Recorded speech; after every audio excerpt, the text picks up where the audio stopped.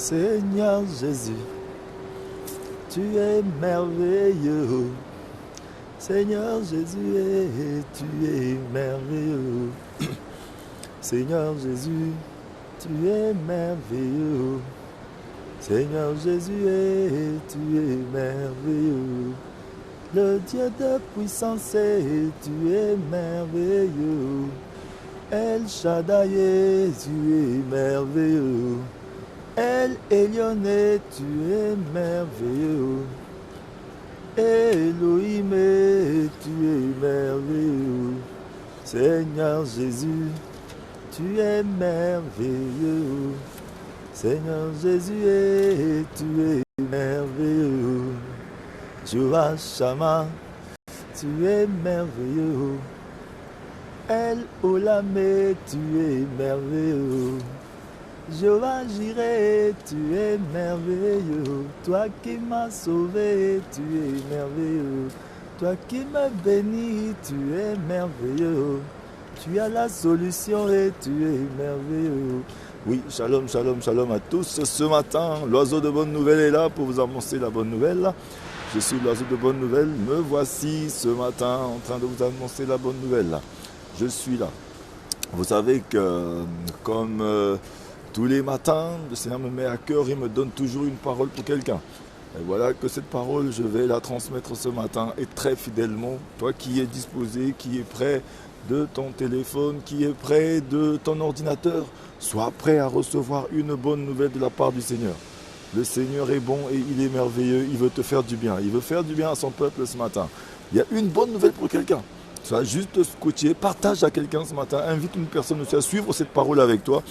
Vous savez que le Seigneur m'a donné une pensée pendant que j'étais dans le train en train de venir à la gare de Lyon pour aller au travail. Cette pensée, j'aimerais partager ça avec mon frère, avec ma soeur. Vous savez, moi je suis l'oiseau de bonne nouvelle. Je vais annoncer que la bonne nouvelle. La bonne nouvelle est que Jésus veut que tout le monde soit sauvé.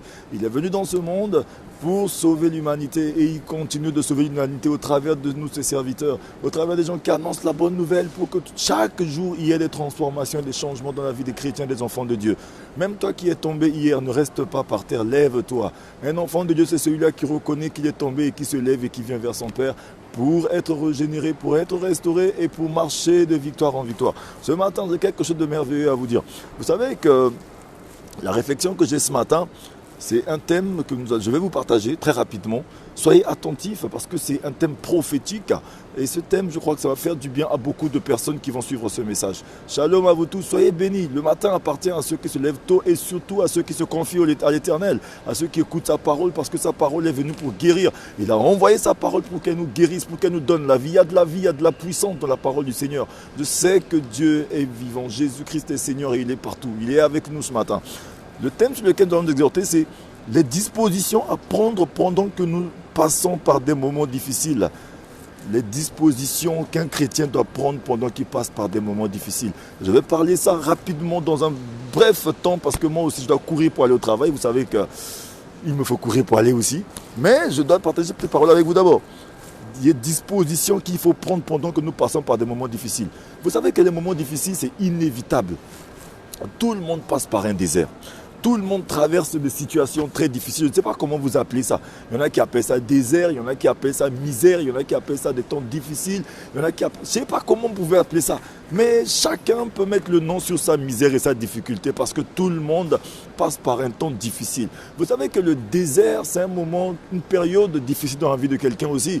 Parce que le désert, tout le monde est appelé à traverser un désert. Si tu ne traverses pas le désert au début de ta vie, tu vas traverser le désert à la fin de ta vie. C'est inévitable, tout le monde est appelé à traverser un désert. Mais ça dépend de comment on traverse ce désert et comment sortir de ce désert. C'est pourquoi ce matin, j'aimerais enseigner à quelqu'un de prendre des dispositions afin de sortir de ce désert. Parce que le Seigneur ne nous a pas appelés à rester indéfiniment dans le désert. Le désert est juste une période de passage. Lorsque les enfants d'Israël passaient, ils étaient seulement de passage dans le désert. Ça peut durer, mais ça a un début, ça a une fin. Le Dieu est le Dieu des commencements et Dieu de la fin. Toute chose lui appartient. Il est le maître des temps et des circonstances, mais il ne vit pas dans le temps. Il vit hors du temps. Il vit dans l'éternité. C'est pourquoi il a déposé dans le cœur d'un enfant de Dieu qui m'écoute ce matin la pensée de l'éternité. Toi qui m'écoutes ce matin, tu as la pensée de l'éternité dans ton cœur. Mais je vais partager la parole. Prenons la Bible dans le livre de Ceux qui peuvent lire avec moi, nous allons lire très rapidement le psaume 84, verset 5. Psaume 84, nous allons y aller rapidement. Je vais lire psaume 84, verset 5. Pour vous qui n'avez pas votre Bible, je lis rapidement psaume 84, verset 5. Donnez-moi juste un instant, le temps que je puisse chercher. Psaume 84, verset 5. Nous dit ceci.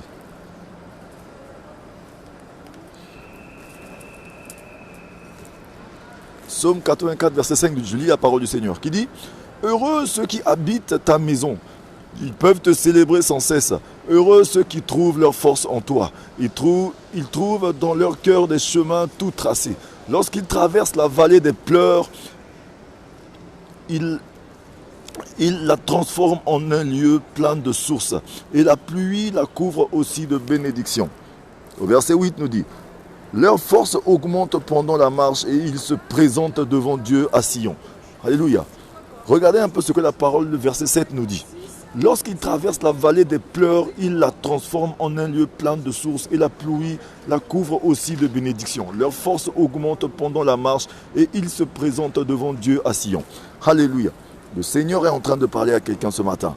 Il dit, heureux ceux qui habitent ta maison. Vous savez que même si on habite dans la maison du Seigneur, on est appelé aussi à vivre des temps difficiles. Même ceux qui habitent dans la maison du Seigneur. Vous savez que ce n'est pas parce qu'on est dans la maison du Seigneur que nous, aujourd'hui, on est épargnés. Non, c'est pire. Au contraire, la parole de Dieu nous dit, c'est ceux qui cherchent à suivre Jésus pieusement, qui traversent beaucoup plus de temps difficiles.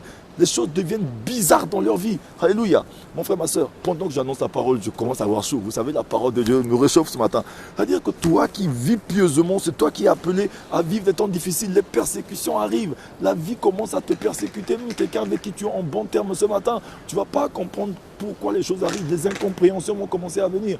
C'est pourquoi la parole de Dieu nous dit, ceux qui veulent me suivre pieusement doivent se préparer. Ce matin, cette parole est venue pour que tu puisses te préparer. C'est pour que tu puisses t'attendre que non, tout n'est pas seulement facile, tout n'est pas seulement rose. Parce que la parole de Dieu dit, heureux ceux qui pleurent aujourd'hui car ils seront consolés. Ceux qui n'ont pas encore pleuré, il faut qu'ils se préparent à pleurer. Tout le monde est appelé à traverser une période difficile. Nous devons savoir que mais nous n'oublions jamais que Dieu est avec nous. Lorsque tu traverses cette période, tu ne dois jamais oublier que Dieu est avec toi. C'est ça le problème, le comble, c'est ça. Beaucoup d'enfants de Dieu, lorsqu'ils traversent ces périodes difficiles, ils commencent déjà peut-être à vaciller, ils commencent à avoir peur, ils commencent à oublier que Dieu est avec eux. Je veux me dire à quelqu'un ce matin, te rappeler que lorsque tu traverses cette période, la première question que tu dois te poser, pose-toi la question, est-ce que Dieu est avec moi dans cette situation? Parce que si tu traverses une période difficile et que Dieu n'est pas non plus encore avec toi dans la période difficile, c'est qu'il y a un problème. Parce que quelles que soient les conditions, Dieu n'est pas loin, il est avec toi. Parce que la parole de Dieu nous dit, Jésus a dit ceci, je serai avec vous jusqu'à la fin des temps. Dieu est avec toi. La parole nous dit dans le livre de Psaume 23 que l'Éternel est mon berger, je ne manquerai de rien. Le Seigneur est avec toi, tu ne manqueras de rien. Quelle que soit la situation dans laquelle tu te trouves ce matin, mon frère, ma soeur, le Seigneur veut te dire ceci, fortifie-toi et prends courage. Alléluia.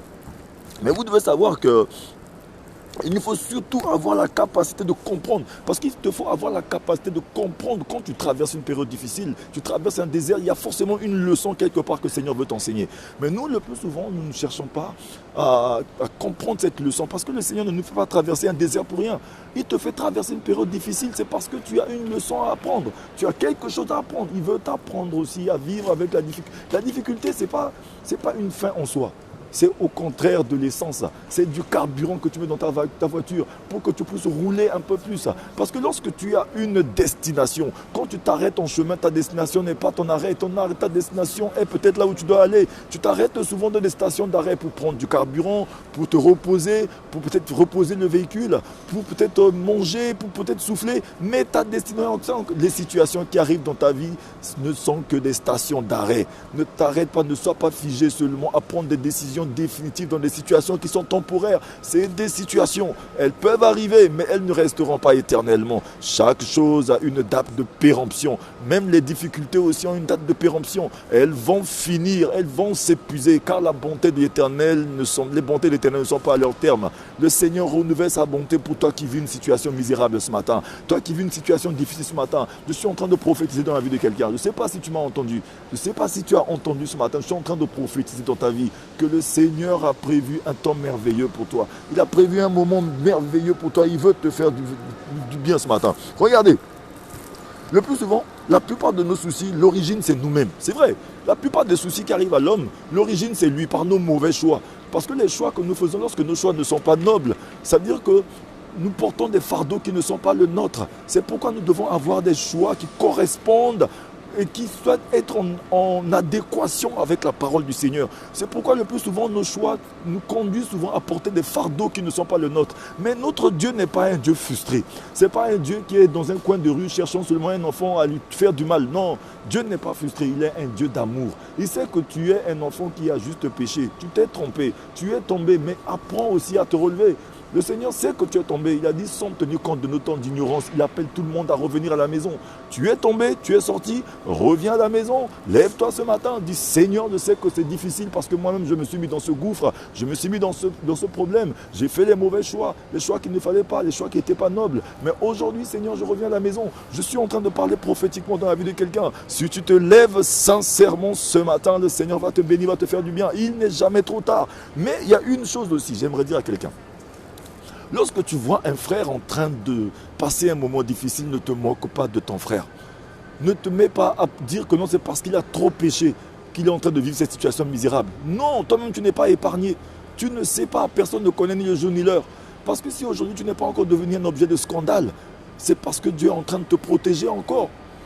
Ne dis pas que non, s'il est aujourd'hui en train de souffrir, s'il n'a pas à manger, s'il est dans cette maladie, s'il est dans cette situation, c'est parce que non, il n'y a pas de c'est parce que Dieu paie certaines choses qui arrivent dans nos vies pour nous modifier la vie. Ne va jamais accuser ton frère. Ne va jamais dire que non, s'il vit cette chose, c'est parce qu'il a cherché. Non, mon frère, si aujourd'hui, toi, tu n'es pas encore devenu un objet de scandale, c'est parce que Dieu est en train de te protéger. Jésus nous dit à nous tous que celui qui fait sa fondation, ça veut dire que qui construit sa maison sur le roc qui est moi, Jésus, même si les tempêtes s'abattent, il sera sécurisé. Ça veut dire que, regardez un peu, c'est dans le livre de ceux qui vont prendre leur Bible, hein, dans le livre de Matthieu 7, verset 24. Matthieu 7, 24 nous dit que si vous entendez cette parole, celui qui construit son fondement qui est sur le rocher qui est moi, Jésus, même si les tempêtes s'abattent, il pourra résister. Ça veut dire que Jésus a dit, si les tempêtes s'abattent, ça veut dire qu'il n'a pas seulement dit que non, si, les tempêtes vont certainement s'abattre. Les tempêtes vont vraiment venir, quelles que soient les tempêtes, quelles que soient les situations difficiles. Vous savez que aujourd'hui, je sais que beaucoup de personnes vivent des situations difficiles. Il y a des personnes aujourd'hui qui sont mariées, qui vivent dans un couple, dans un foyer, qui ont tout ce qu'ils veulent, mais qui vivent une misère terrible parce qu'ils n'ont pas d'enfants. Ils ont dépensé tout l'argent du monde. Ils sont allés chez les médecins pour avoir des enfants, ils n'ont pas eu. Ça, c'est une misère alors que vous voyez qu'aujourd'hui, ils ont l'argent, ils ont tout. C'est pourquoi ne copions pas la vie des autres. Nous ne savons pas ce qu'ils vivent chez eux. Aujourd'hui, n'envions pas les autres. Ne nous moquons pas d'eux aussi. Imaginez-vous, ils ont l'argent du monde, ils ont tout ce qu'il faut, mais ils n'ont pas d'enfants. Il y a des gens aujourd'hui, vous les voyez comme ça, mais il n'y a pas la santé. Il y a peut-être, ils ont une maladie peut-être qui est là, il y a quelque chose qui est en train de les bloquer. Il y a d'autres personnes qui n'ont pas le travail, qui n'ont pas à manger. Tout le monde vit quelque chose, mais le Seigneur a une solution à tous les problèmes de quelqu'un ce matin. Quel que soit ton problème, quelle que soit ta situation, il y a des gens qui ont connu des difficultés, qui ont connu des séparations, il y a des gens qui ont connu des abandons, ils ont été chassés du travail. Aujourd'hui, ce matin, c'est une parole prophétique que je donne à quelqu'un. Dieu n'est pas loin de toi, il est dans ta situation, il est à côté de toi. Il veut seulement que tu reviennes, mais tu dois prendre la bonne attitude. Alléluia. La bonne attitude commence par déjà réaliser que lorsque tu es dans cette situation, Dieu n'est pas loin de toi, il est à côté de toi. Il renouvelle sa bonté pour tes enfants tous les matins. Vous savez que notre capacité à reconnaître Dieu, qu'il est Dieu dans notre situation, ça va l'emmener à opérer un miracle stratégique dans notre vie. Si ce matin tu commences à reconnaître que bon, même si je suis tombé, parce que si tu continues de pleurer, il n'y aura pas de solution, parce que Dieu n'est pas comme un grand-père. Le grand-père, c'est lorsque un enfant pleure, le grand-père prend un petit gâteau, un petit bonbon, lui donne et l'enfant va se calmer. Mais Dieu, ce n'est pas parce que tu pleures qu'il vient, mais il vient parce que tu l'as appelé, parce que tu reconnais qu'il est Seigneur et il vient dans ta situation. Ce matin, j'aimerais dire à quelqu'un, arrête de pleurer. Depuis que tu as commencé à pleurer, tu t'es inquiété, tu vis dans l'inquiétude, que tu vis dans les pleurs, que tu commences à dire tout ce que tu dis. Dieu n'est jamais venu. La situation n'a jamais changé. Lève-toi, prends courage, rapproche-toi du Seigneur, commence à prier, commence à dire, Seigneur, je reconnais que que tu es Dieu. Tu as la capacité de changer l'eau en vin. Tu as la capacité de changer le désert en verger, de changer les vergers en forêt. Change ma situation. Ce matin, Dieu veut changer la situation de quelqu'un. Je parle prophétiquement dans la vie de quelqu'un qui vit une situation misérable. Une personne qui n'a pas à manger. Une personne qui vit dans une situation difficile. Une maladie incurable. Les médecins ne peuvent plus rien. Ils sont limités. Parce que le Seigneur a dit, invoque-moi aujourd'hui à détresse et je te répondrai. Tout le monde a une journée de détresse, là où ton argent ne peut rien faire, ton médecin ne peut rien faire, le médecin est limité, le pasteur est limité. Ça veut dire que même le gouvernement ne peut rien, les assistants sociaux ne peuvent rien, même les États-Unis, la France ne peuvent rien, mais il n'y a que Dieu, la solution, c'est chez lui. Parce que si aujourd'hui, l'argent pouvait acheter la vie, je crois que les Michael Jackson, les Johnny Hallyday ne devaient pas mourir, les grands hommes de ce monde ne devaient pas mourir, ça veut dire que toute chose a une date de péremption. Il n'y a que Dieu seul qui vit dans l'éternité. Et il nous a déposé dans le cœur de tout un chacun de nous la pensée de l'éternité. Ce matin, j'aimerais dire à quelqu'un, il te faut avoir aussi la capacité d'encourager les autres. Avoir la capacité de te réjouir avec ceux qui se réjouissent. Quand tu vois quelqu'un en train de se réjouir, réjouis-toi avec lui. Applaudis, acclame le Seigneur, glorifie le Seigneur pour sa vie parce qu'il pourra devenir une source de bénédiction pour toi aussi. Parce qu'aujourd'hui, si tu es tout le temps frustré parce que l'autre est béni, mais tu ne pourras jamais être béni, ne sois pas frustré quand l'autre est en train de monter, d'avancer. Avance avec lui, glorifie le Seigneur pour la bénédiction de Dieu dans sa vie. Ça pourra devenir une bénédiction pour toi aussi. Aie la capacité de te réjouir avec ceux qui se réjouissent, de bénir le Seigneur, de pleurer aussi avec ceux qui pleurent. Quand quelqu'un souffre, ne le laisse pas souffrir seul. Rapproche-toi de lui, bénis-le, donne-lui, partage ton pain avec lui, soutiens-le. C'est comme ça que Dieu aussi suscitera quelqu'un de venir te soutenir dans ta situation difficile. Mon frère, ma soeur, ce matin, je suis en train de montrer juste quelques clés. La première clé que j'ai donnée tout à l'heure, quand tu vis dans une situation difficile, ne cherche pas loin, cherche le Seigneur d'abord. Cherche-le d'abord parce que Jésus a dit, je serai avec vous jusqu'à la fin des temps. Il ne nous abandonnera jamais, ne délaissera jamais. Commence à le rechercher autour de toi, dans ton cœur, dans tes environs. Commence à t'écarter de tout ce qui est mal. Et tu verras que le Seigneur va commencer à s'approcher de toi davantage. Soumets-toi à lui. Et aussi, arrête de te moquer de ton frère, de narguer de celui qui est en train de se noyer. Parce que toi-même, tu n'as pas encore traversé, tu ne sais pas ce qui t'attend. Commence à prendre tes précautions. Aime tout le monde. Fais du bien autour de toi. Là, aujourd'hui, nous sommes vendredi, les gens vont aller en week-end. Commence à regarder autour de toi. Prépare-toi, ménage ta monture. Dieu, il t'aime. Je suis l'oiseau de bonne nouvelle.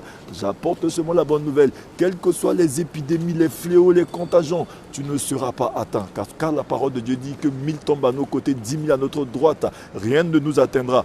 Quand tu es sous la coupe, sous la protection du Dieu Tout-Puissant, quel que soit le coronavirus, ça n'atteindra pas chez toi. Parce que lis un peu l'Ésaïe 43, lis un peu l'Ésaïe 45. On a dit, même si l'eau est en train d'inonder tout le monde, toi tu ne seras jamais inondé. Le feu est en train de consumer tout le monde, tu ne seras jamais embrasé par ce feu. Parce que Dieu te protège. Tu as trouvé grâce à ses yeux, il te fait du bien ce matin. Coronavirus peut atteindre tout le monde, mais toi ça ne t'atteindra jamais. Parce que tu es sous la coupe de la protection de Jésus-Christ. Le sang de Jésus t'enveloppe et te protège. Et protège ta famille ce matin. Le Seigneur est Dieu. Je vais m'arrêter là parce que je vais aller au travail. L'oiseau de bonne nouvelle vous apporte une bonne nouvelle. Saisis cette parole, attache-la à ton cœur et elle te fera du bien. Soyez tous bénis. Vous tous qui m'avez suivi ce matin, je suis obligé de vous abandonner, mais je suis avec vous de tout cœur. Soyez bénis, soyez bénis, soyez bénis. 5 minutes pour sauver. Partage cette émission à quelqu'un. Partage avec quelqu'un. Dieu est bon, il m'a fait du bien. Oh mon âme, lève-toi et loue le Seigneur. Que Dieu vous bénisse ce matin.